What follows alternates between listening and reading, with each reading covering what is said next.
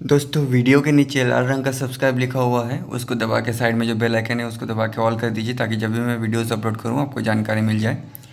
पिछले वीडियो पे हमने बात किया था श्री राम कैसे वनवास में 10 साल पूरे करते हैं। तो पिछले सारे वीडियो आप देख सकते हैं इस वीडियो के नीचे। चैनल के नेम पे क्लिक करके प्लेलिस्ट में जाएंगे, वहाँ से देखेंगे पुराण, रामायण, महाभारत। उसके बाद आज का चैप्टर है श्री राम आदि का। अगस्त्य के आश्रम में प्रवेश, अतिथि सत्कार तथा मुनि की ओर से उन्हें दिव्य अस्त्र शस्त्र की प्राप्ति।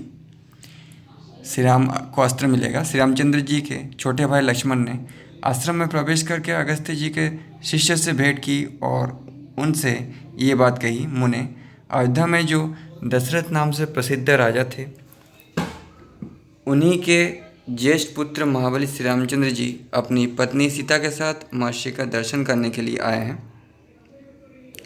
मैं उनका छोटा भाई लक्ष्मण हूँ। मैं उनका छोटा भाई हितैषी और अनुकूल चलने वाला भक्त हूँ। मेरा नाम लक्ष्मण है। संभव है ये नाम कभी आपके कानों में पड़ा है या पड़ा हो। हम सब लोग पिता की आज्ञा से इस अत्यंत भयंकर वन में आए हैं और भगवान अगस्त्य मुनि का दर्शन करना चाहते हैं। आप उनसे ये समाचार निवेदन कीजिए। लक्ष्मण की ये बात सुनकर उन तपोधन ने बहुत अच्छा कहकर महर्षि को समाचार देने के लिए अग्निशाला में प्रवेश किया। अग्निशाला में प्रवेश करके अगस्त्य के उस प्रिय शिष्य ने जो अपनी तपस्या के प्रभाव से दूसरों के लिए दुर्जय थे, उन मुनिश्रेष्ठ अगस्त्य के पास जा हाथ जोड़ लक्ष्मण के कथनानुसार उन्हें श्री रामचंद्र जी के आगमन का समाचार शीघ्रतापूर्वक यूँ सुनाया। मामू ने राजा दशरथ के ये दो पुत्र श्री राम लक्ष्मण आश्रम में पधारे हैं। श्री राम अपनी धर्मपत्नी सीता के साथ हैं। वे दोनों शत्रुदमन वीर आपकी सेवा के उद्देश्य से आपका दर्शन करने के लिए आए हैं। अब इस विषय में जो कुछ कहना या करना हो इसके लिए आप मुझे आज्ञा दें। शिष्य से लक्ष्मण सहित श्री राम और महाभागा विद्यानंदिनी सीता के शुभागमन का समाचार सुनकर महर्षि ने इस प्रकार कहा, सौभाग्य की बात है कि आज चिरकाल के बाद श्री रामचंद्र जी स्वयं ही मुझे मिलने के लिए आए हैं। मेरे मन में बहुत दिनों से यह अभिलाषा थी कि वे एक बार मेरे आश्रम पर पधारे।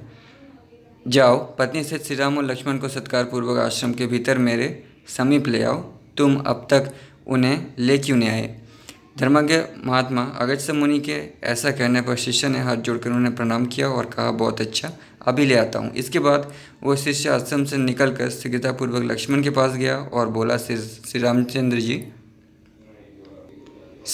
जी कौन हैं?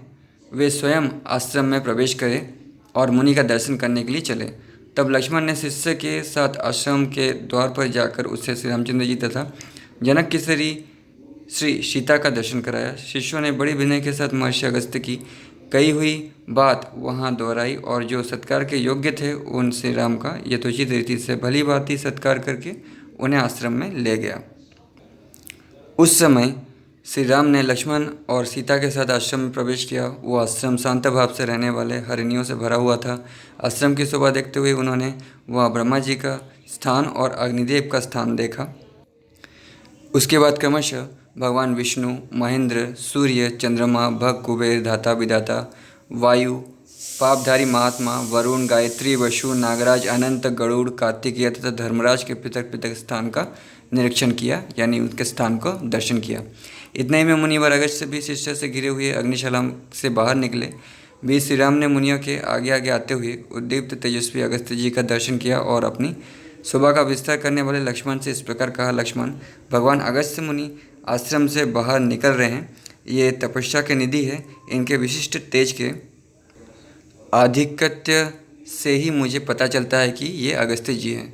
सूर्यतुल्य तेजस्वी अगस्त्य के विषय में ऐसा कहकर महाबाहु रघुनंदन ने सामने से आते हुए उन मुनीश्वर के दोनों चरण पकड़ लिए जिनमें योगियों का मन रमन करता है तथा अथवा जो भक्त को आनंद प्रदान करने वाला है। वे धर्मात्मा श्री राम उस समय विद्या कुमारी सीता और लक्ष्मण के साथ महर्षि के चरणों में प्रणाम करके हाथ जोड़कर खड़े हो गए। उसके बाद एक चित्र है, पिक्चर।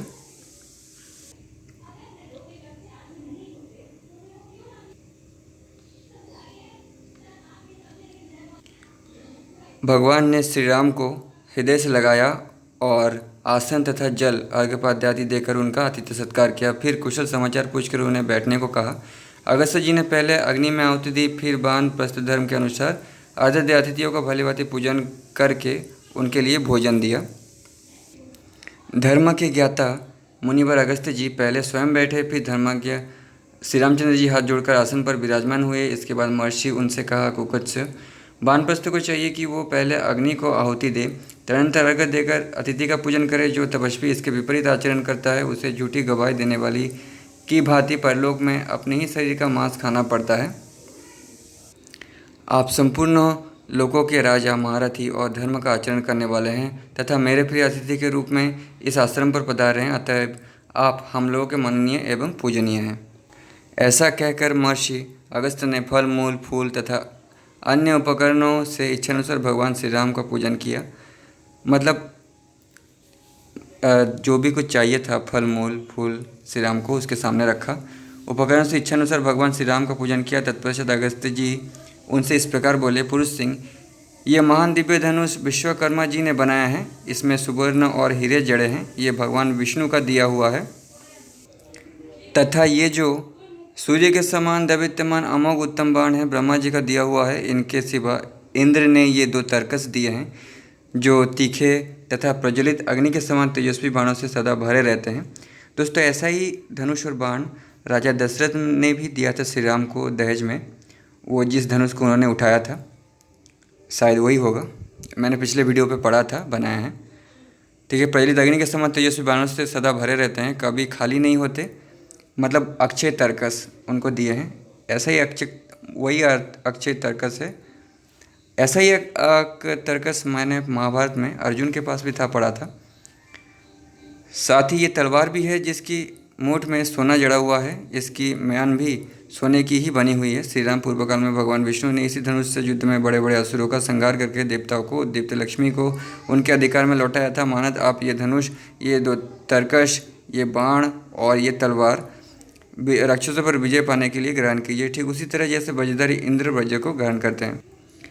ऐसा कहकर महान तेजस्वी अगस्त्य ने वे सभी श्रेष्ठ आयुध श्री रामचंद्र जी को सौंप दिए। तत्पश्चात वे फिर बोले, महर्षि अगस्त्य का श्री राम के प्रति अपनी प्रसन्नता प्रकट करके सीता की प्रशंसा करना, श्री राम के पूछने पर उन्हें पंचवटी में आश्रम बनाकर रहने का आदेश देना तथा श्री राम आदि का प्रस्थान।